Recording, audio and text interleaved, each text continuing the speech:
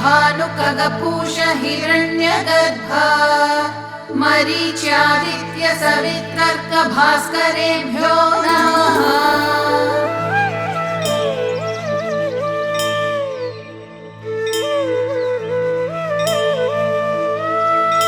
श्रीमन्नशेष जगदेक महाप्रदीप सच्चेतनाप्रद जगद्धित कृत प्रताप तेजस्वरूप करजाल विमृष्ट पाप मित्रान्वहं मम विभो कुरु सुप्रभातम्। ऐश्वर्यमीश दिश पावकरूप वह्ने ज्ञानं च देहि परमेश्वर रूप शम्भो मोक्षं प्रयच्छ च जनार्दन रूप विष्णो नीरोगतां दिश रवे कुरु सुप्रभातम्। स्रष्टाखिलस्य जगतश्चतुराननस्त्वम् भर्ता च लोकनिवहस्य हरिस्त्वमेव हर्तासि भूतमिततेर्विषमेक्षणस्त्वम् सूर्यत्रिमूर्तिमय मे कुरु सुप्रभातम्। प्रातः प्रभाच्छुरितपूर्वनगाग्रसानो रम्येन्दिरासदनशोभन दिव्यभानो सायं प्रभाभिरविपूरितचित्रभानो भानो सुधीड्य सततम् कुरु सुप्रभातम्। धर्मात्मनां सुविदुषां समनुग्रहाय दुष्टात्मनां कुजनुषां च विनिग्रहाय कारुण्यवर्षण विधावनवग्रहाय शक्तो ग्रहेश खलनः कुरु सुप्रभातम्। पौरस्य भूधरतटीतिलगायमाना चूडामणेम्बरतलस्य च दिग्विधूट्याः कर्णावतंस गगनाञ्चितराजहंस पूषन् सुतोषकरणः कुरु सुप्रभातम्। उद्बोधयस्य नुदिनं वनमम्बुजानां त्वं सन्दधासि युगलिश्च रथाङ्गनाम्नां प्रीणासि जन्मिनयनानि हिरण्यगर्भा लोकोपकारपरणः कुरु सुप्रभातम्। मृद्नातिरोगनिवहोपघनं नितान्तम् क्लिश्नातिषड्रिपुगणो निशमन्तरङ्गम् तान् भस्मसात् कुरु मरीचिगणैर्मरीचे भक्तौघरक्षणरुचे कुरु सुप्रभातम्। येषां पराञ्चिकिलखान्यतृणत्स्वयम्भू स्वां वह्निपिण्डमतुलं खलु मन्वते जानन्ति योगिनि वहाः पुरुषं परं त्वाम् आदित्य सत्यघननः कुरु सुप्रभातम्। भर्गोऽस्य धीमहि च तत्सवितुर्वरेण्यम् देवस्य चोदयसि यस्त्वमिमा धियो नः सुषेहि वाञ्छितफलं समुपाश्रितानां तेजो निधान सवितः कुरु सुप्रभातम्। सम्पर्कमात्र परिशोषित भक्तपाप पुत्रद्वयी विहितकर्कशतापहारिन् भ्रान्तस्य मर्कटशिशोः सुफलायितार्क तर्कातिदूरमहिमन् कुरु सुप्रभातम्। यान्याञ्जनाननुजिगृक्षसि पासितांस्तान् तेषां धियां पथि शुभे परिचोदनेन हार्दं तमोहरसि पापमपाकरोषि मां पाहि भास्कर विभो कुरु सुप्रभातम् ध्येयः सुवर्णमय आपृणखादिरण्यश्मश्रूर्हिरण्यमय केशयुतोऽब्जनेत्रः पापापहो निज सुमण्डलमध्यवर्ती साक्षी त्वमेव भगवन् कुरु सुप्रभातम् उद्यन्मरीचिचयरञ्जितपूर्वसिन्धो नानारुजार्जितजनावनलोकबन्धो रोगादिहेतुकृमिजालविनाशकाङ्घ्रे कोऽन्योऽभिषङ्गमरवे कुरु सुप्रभातम्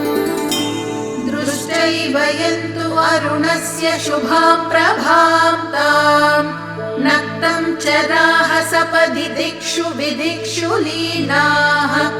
अन्ये जनाश्च नितरां तव दर्शनोत्काः लोकैकलोचन विभो कुरु सुप्रभातम् पञ्चेन्द्रियाणि च धियः करणानि पञ्च कर्मेन्द्रियाणि च मनोजनिमद्गणस्य त्वं देव जीवयसि रोगमपाकरोषि सर्वान् समेधयसि नः कुरु सुप्रभातम् उद्यन्महाभुवनमित्रमहास्त्वमध्य रोहन् दिशं सुरगणाध्युषितामुदीचीम् हृद्रोगमाशु हरिमाणमपाकुरुष्व नीरोगतां तनुहि मे कुरु सुप्रभातम् कालोर्यखण्डवपुरेश गतागतैस्तम् मासत्तु वत्सरमुखैर्विभिनत्सि भेदैः सर्वानुदंश परिवर्त्य करोषि नित्य नूत्नं चराचर जगत् कुरु सुप्रभातम् शर्म प्रधा किल जगज्जन कर्म साक्षिन् वर्मायितांशु गणपञ्चरकाश्रितानाम् धर्मात्मरक्षण चण प्रणवादिदेव रोगौघनाशन रवे कुरु सुप्रभातम् शक्तिं हि येषु निददास्य विचिन्त्य शक्ते लोकोत्तरां स्थितिमिहाप्नुवते तुलां ते तामेव येभ्य उपसंहारसीशते स्युर्निः सारजीवनविधाः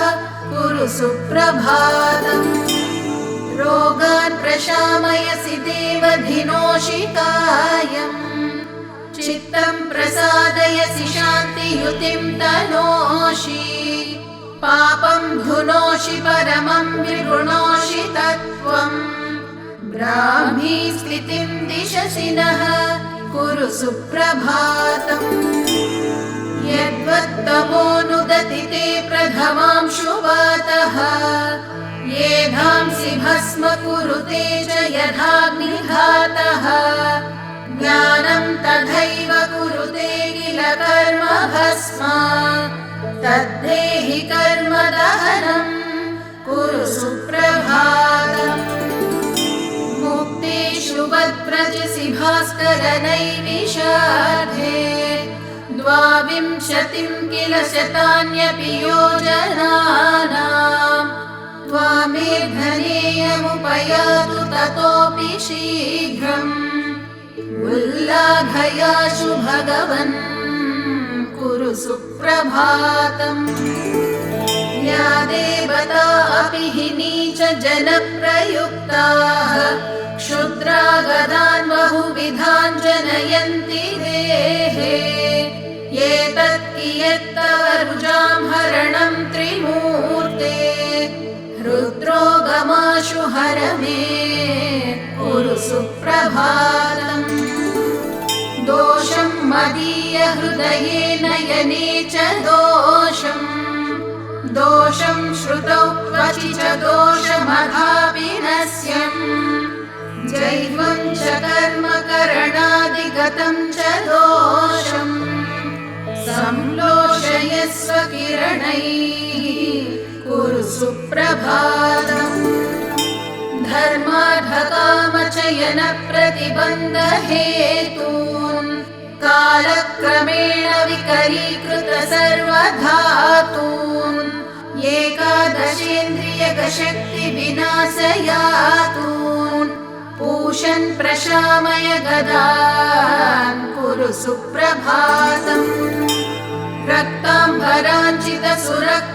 रक्ताम्बराञ्चितसुरक्तसुमाग्र्यमाला रक्ताब्जविस्तरकभक्तजनानुरक्त आरक्तकान्तिसुतनोवररक्तभूष रक्तान्तलोचन घृणे कुरु सुप्रभातम् वाताश्मरीगलमहोदरता प्रमेहान् अशोभगन्धररुजे ग्रहणीं निकोचम् त्वग्रोगजालमितरांश्च निहंसि रोगान् दिग्मांशुभिर्ग्रहपते कुरु सुप्रभातम् चित्रांशुजालपिहितात्मवपुर्गदासि शङ्खारिभूषितचतुर्भुज पद्मनेत्र केयूरहारमुकुटाधिसुभूष सूर्य नारायणव्यय विभो कुरु सुप्रभातम् भद्रं च कर्णयुगलैः शृणुयामदेव पश्येम भद्रमनिशं नयनैर्यजत्राः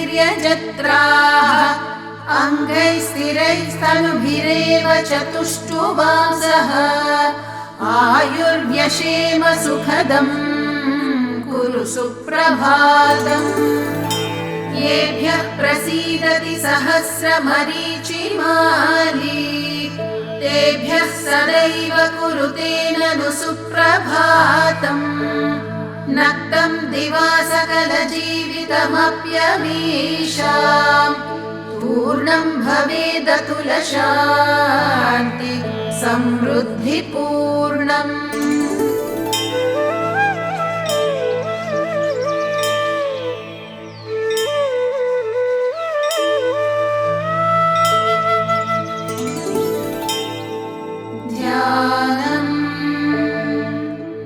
ध्यायेत् सूर्यमनन्तकोटिकिरणं तेजोमयं भास्करम् भक्तानामभयप्रदं दिनकरं ज्योतिर्मयं शङ्करम् आदित्यं जगदीशमच्युतमजं त्रैलोक्यचूडामणिम् भक्ताभीष्टवरप्रदं दिनमणिं मार्ताण्डमाद्यं शुभम्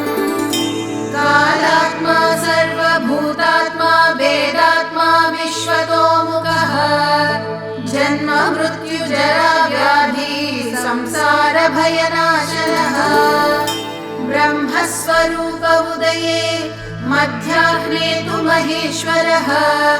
अस्तकाले स्वयं विष्णुः